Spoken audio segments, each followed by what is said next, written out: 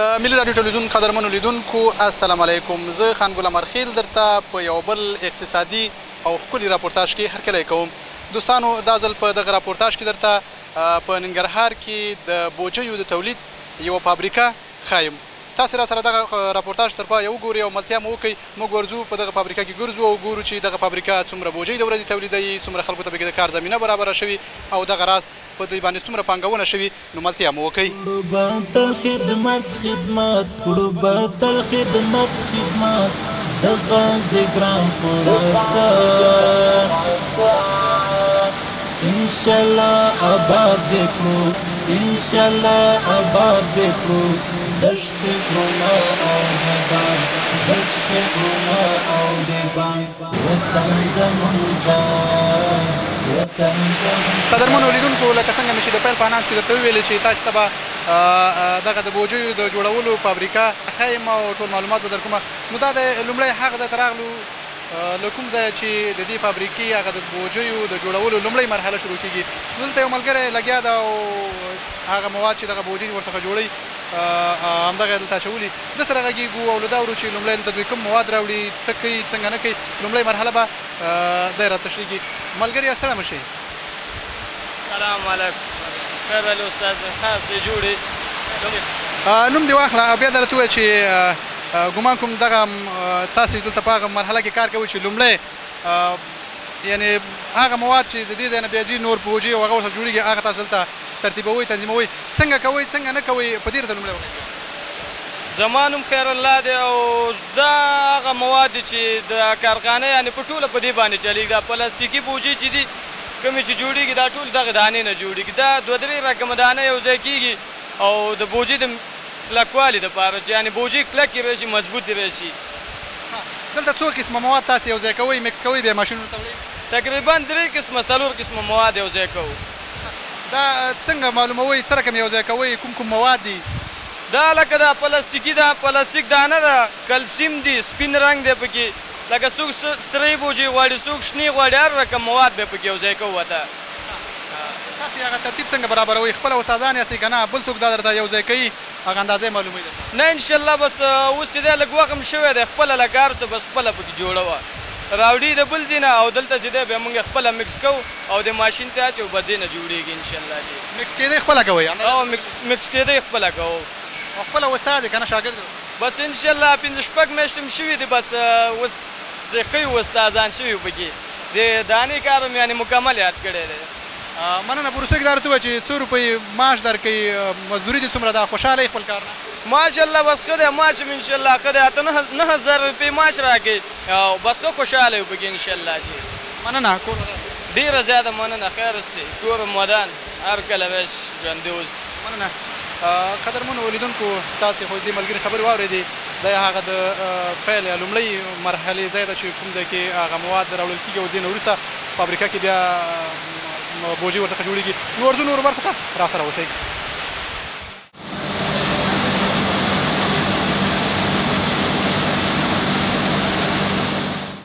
قدرمنو لیدونکو همدغه مواد چې دغه ملګري یادونه وکړه چې هلته مکس کېږي بیا له هغې وروسته په دغه ځای کې اچول کېږي.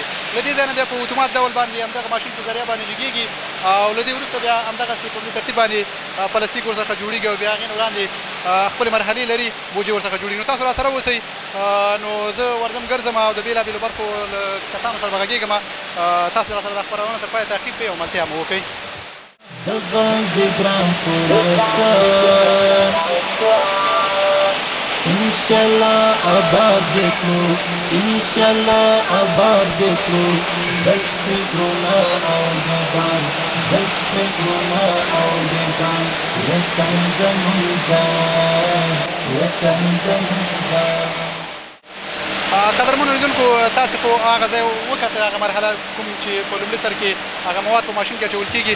بیا له هغې وروسته تاسې ګورئ په دغه ترتیب باندې تارونه او دغه پلاستیک ورڅخه جوړېږي. دلته د همدې برخې یو کاریګر یو استاد راسره ولاړ ده. ده سره غږېږو او له دا ورو چې دغه مرحله کې دوی څه کوي او په کوم ترتیب باندې د خپل کار مخته وړي. استاد ستړی مه شئ. ژوندی اوسئ. مننه. نوم مې نامالله دی، د ننګرهار څخه اوسېدونکی یم. د فیصل کامران د بوجۍ جوړولو شرکت کې دنده ترسره کوم.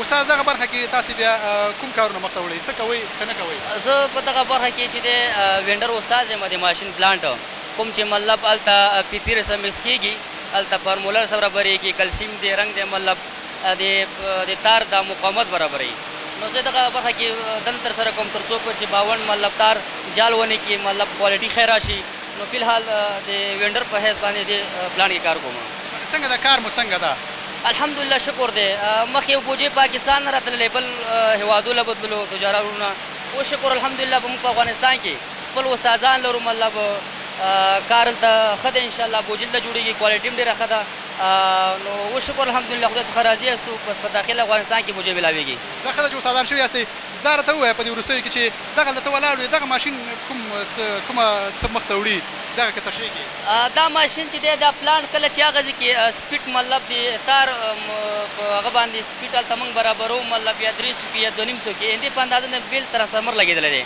هلته چې څومره سپیډ وي دلته مطلب ونه سپیډ ته بر تر څو پورې دغه جال 52 جال ونه کړي تر څو مطلب ریشه ونه کړي جا ونه کړي بیا دا خپل اندازه لري مطلب یو نیم ساعت یو ساعت او شل دقیقې مطلب ورته ګورو کله چې 52 غټ شي مطلب ګوړ برابر شي بیا هغې نه بعد موږ یې راوباسي مطلب بیا د لومو والا راځي دې نه مطلب وړي هلته یې لومانو کې لګوي بیا مننه استاده دا راته ووایه چې نور شاګردان به مو روزي که به یې نه روزي په دې برخه کې فلحال شکر الحمدلله 3 شاګردان سره دی ولې نه داسې هم ډېر روزلي دي او کوشش کوو چې نور هم وروزو 3 شاګردان فلحال لرم مننه استاده تا نه هم مننه خوشحاله اوسه قدرمنو لیدونکو تاسې خو د فابریکې بیا دغه برخه ولیده او د دې برخې هغه استاد خبرې مو واورېدې ماشاءالله ډېر ښه وغږېد او دلته په خپله په همدې فابریکه کې استاد شوی هم ده نو راسره اوسئ نورو برخو ته مو ورځو معلومات درکوو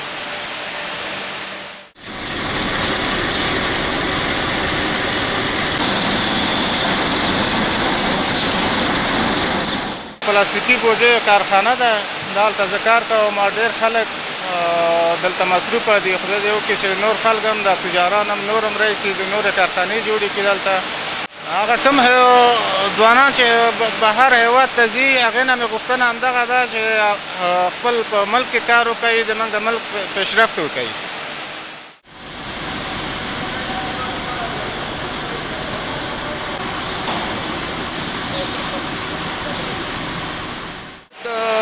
$1 میلیون په دې کارخانه کې پانګونه کړې ده او په حدود د 100 الی 1.5 کسان په مستقیم او غیر مستقیمه توګه موږ سره دلته کار کوي کارمندان دي او موږ مسلسل 2 شفټه چلو یعنې 40 ساعته کې په حدود د 40 الی 50,000 بورې تولیدات لرو د ورځې په دې عرصه کې موږ د دولت څخه هم دا هیله لرو تقاضا لرو تر څو دغه زموږ پانګوال چې دلته پانګونه کوي د دوی ته ډېر سهولتونه تسهیلات او اسانتیاوې برابرې کړي که چېرې تسهیلات برابر شي اسانتیاوې سرمایه ګزارانو ته برابر شي نو خامخا به په دې عرصه کې به نور هم صنعت به مخکې وړي او موږ به د فابریکې د پراخوالي لپاره بهتره کار وکړو موږ خو لویه پوښتنه او که ستونزې مو بولئ یو خو زموږ اساسي ستونزه د برق مشکلات دي ځکه چې موږ 220 یا زیات و کم دی ته زموږ ورته برق ضرورت دی نو د هغې نه برق ډېر کم دی د دې تر څنګ چې برق زموږ کم دی نو په موږ باندې مصرفات زیات راځي موږ مجبور یو چې د جنراتور نه استفاده وکړو او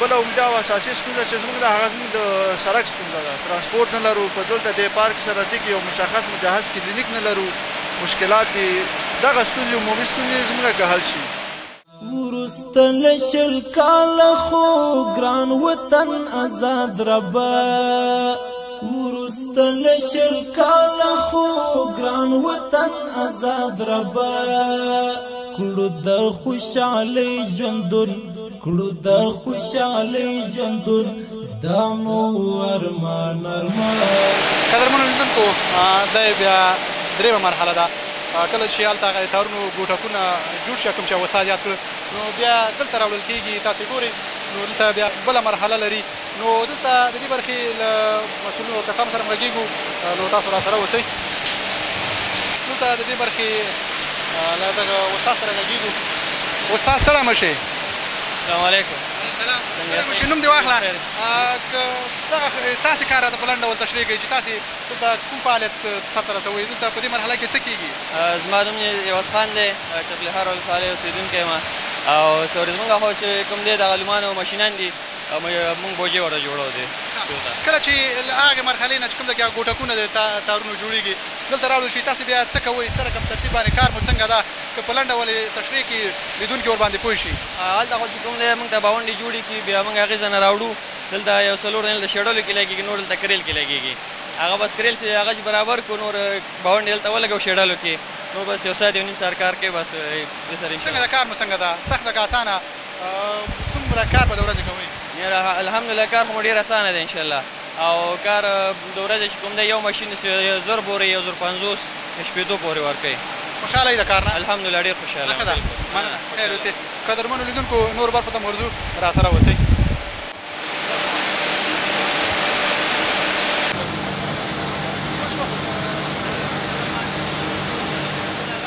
نور ماشینونه به هم ګورو لیدونکو ته به هم ښیو.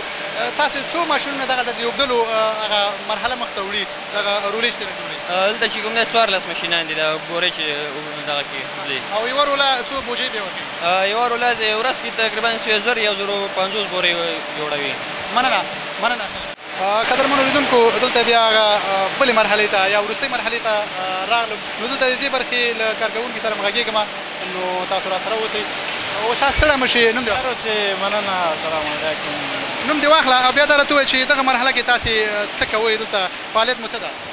زما نوم عظیم خان دی. دغه مرحله کې موږ دغه بوجۍ کټ کوو دغه ماشین کې او ګنډو یې ورته مثال د خبرې هغه ماشینان چې دي هغه کپړه جوړوي د بوجیو موږ یې کټ کوو دې ته راولو. دغه ماشین کې هر یو ناپ باندې بوجۍ لکه مثال د خبرې که څوک ته مشتري یې موږ ته راځي وایي په دې ناپ موږ ته بوجۍ جوړ کړه په هغې ناپ باندې موږ بیا بوجۍ کټ کوو په هغې اندازه بیا ګنډو موږ ورته برابروو. یعنې په کومه اندازه بوجۍ چې مشتري وغواړي په هماغه اندازه بوجۍ تاسې ورته کټ کوئ؟ بلکل کومه اندازه چې لکه مثال له خبره یو راځي چې موږ ته دومره بوجۍ په دې اندازه برابر کړه موږ په هماغې اندازه برابروو.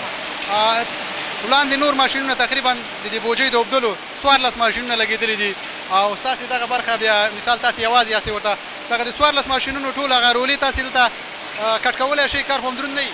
بلکل نه انشاءالله چې بس ورځ کې دا یو شب مثال له خبرې ورځې بیل کټ کوي او د شپې بیل نو یو دا ماشین ورته رسیږي او کټ کوي ورته برابر یې.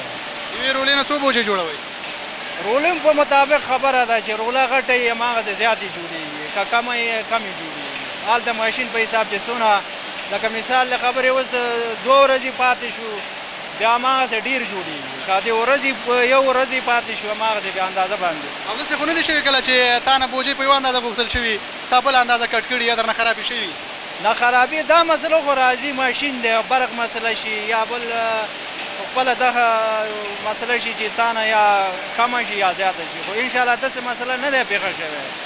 هو انشاءالله نه پېښېږي. کار نه خوشحاله یې؟ بیخي خوشحاله انشاءالله. ځکه ده چې خوشحاله یې؟ خوشحاله مننه. قدرمنو لیدونکو تاسې ګورئ دلته همدغه رولې راوړل کېږي او پلاستیک هغه بوجۍ کومه روله شوي نو دلته په همدې ماشین باندې کټ کېږي او بیا په وروستیو کې دلته په دې ځای کې روغې ښې ښایسته بوجۍ ورڅخه دلته ترلاسه کېږي.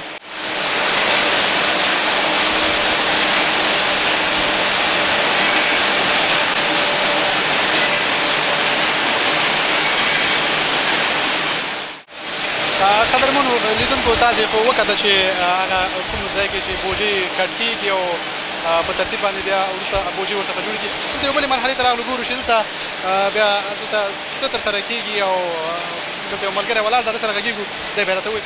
اوس تاسو ستړی مه شئ نوم دې واخله دا راته ووایه چې تاسې بیا دلته کومه مرحله مخته وړئ څه کوئ؟ السلام علیکم ښه جوړې په خیر نوم یې امانالله دی او دلته هغې اوسېږو فامیلو کې. دا راته ووایه دلته په دې مرحله کې تاسې څه کوئ لږ په لوړ اواز ووایه. دلته موږ کټینګ کېږي دغه بوجۍ 15 زره د ورځې وباسي کټینګ او دا د مختلف ټاپې دي موږ سره رنګونه دي او 15 کمه یعنې تاسې په دې بوجۍ باندې هغه مارکونه نښې لګوئ ټاپې لګوئ؟ هو ټاپې لګوو. یعنې تاسو ته چې کله وویل شي چې په دغه ډیزاین باندې یا دغه رقم نښې موږ ته ولګوو هماغه رقم بیا تاسو هماغه رقم دلته موږ مختلف ټاپې دي رقم ټاپې دي چې کوم آډر راشي هغه موږ لګوو پرېږدي دغه ډېر ښه ډېر ښه. قدرمنو لیدونکو دغه مرحله کې بیا همدغه بوجۍ باندې کومې چې تولید شوې په هغې باندې ټاپې لګول کېږي نښې پرې لګول کېږي او بیا له هغې وروسته بستهبندي کېږي. ورځو بستهبندۍ برخې ته هم راسره اوسئ.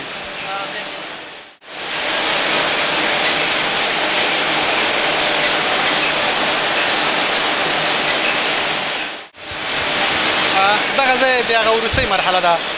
مخکې له دې تاسې ولیدل په کوم ځای کې چې هغه سپینې بوجۍ کېښودل کېدي او بیا د بېلابېلو رنګونو په واسطه هغه ټاپه کېدي، رنګه کېدي.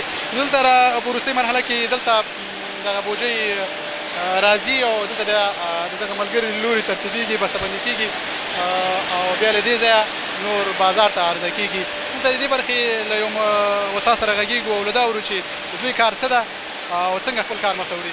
استاد نوم دې واخله. بسم الله الرحمن الرحیم. زه احسان الله نوري. نوري صاحب تاسې دلته په دې مرحله کې بیا څه کوئ؟ هغه ځای نه چې بوجي وودل دلته سلسل بنډل کوي، زبردست دانې دلته کېده یو بنډل جوړوم زر دانې دلته بیا چې پریس کوم هغې نه به دلته وزن کوم بیا هغه پله تولیدېږي. ته لس بنډلې برابروې او هغه بیا تلې یو بنډل برابروم بیا هغه بیا دلته وزن کوم بیا هغه پله تولیدېږي بیا بیرون وباسم. یو د ورځې به څو بنډله بوجي وباسې؟ ولا شل هم وباسو، 15 پورې داسې وباسو، 15 زره پورې داسې بنډل هم د یو بنډل. څنګه د کار دی؟ خوشحاله یې؟ ښه دی، خوشحاله یم انشاءالله. زه ښه ده چې خوشحاله یې. څو ملګري در سره کار کوي؟ ولا فعلا خو دلته دې ماشین کې خو 15 ملګري کار کوي. زه دې ماشین استاد یم، هغه د هغه ماشین استاد یم. دې ماشین چې زه استاد یم او دلته یو 80 کسان کار کوي دې کارخانه. کسان خو نور ډېر دي ماشاءالله، خو هغه ده تا سره 15 کسان یا 6 کسان کار کوي؟ 15 کسان ما سره کار کوي. او پخوانی استاد وي که نه په همدې فابریکه کې د استاد؟ زما دا څه کم 2 کاله کېږي چې دلته کار کوم، دې ماشین باندې کار کوم. ښه ده. کار نه خوشحاله یې؟ ډېر خوشحاله یم، مننه، خوشحاله یم. مننه، خیر اوسه.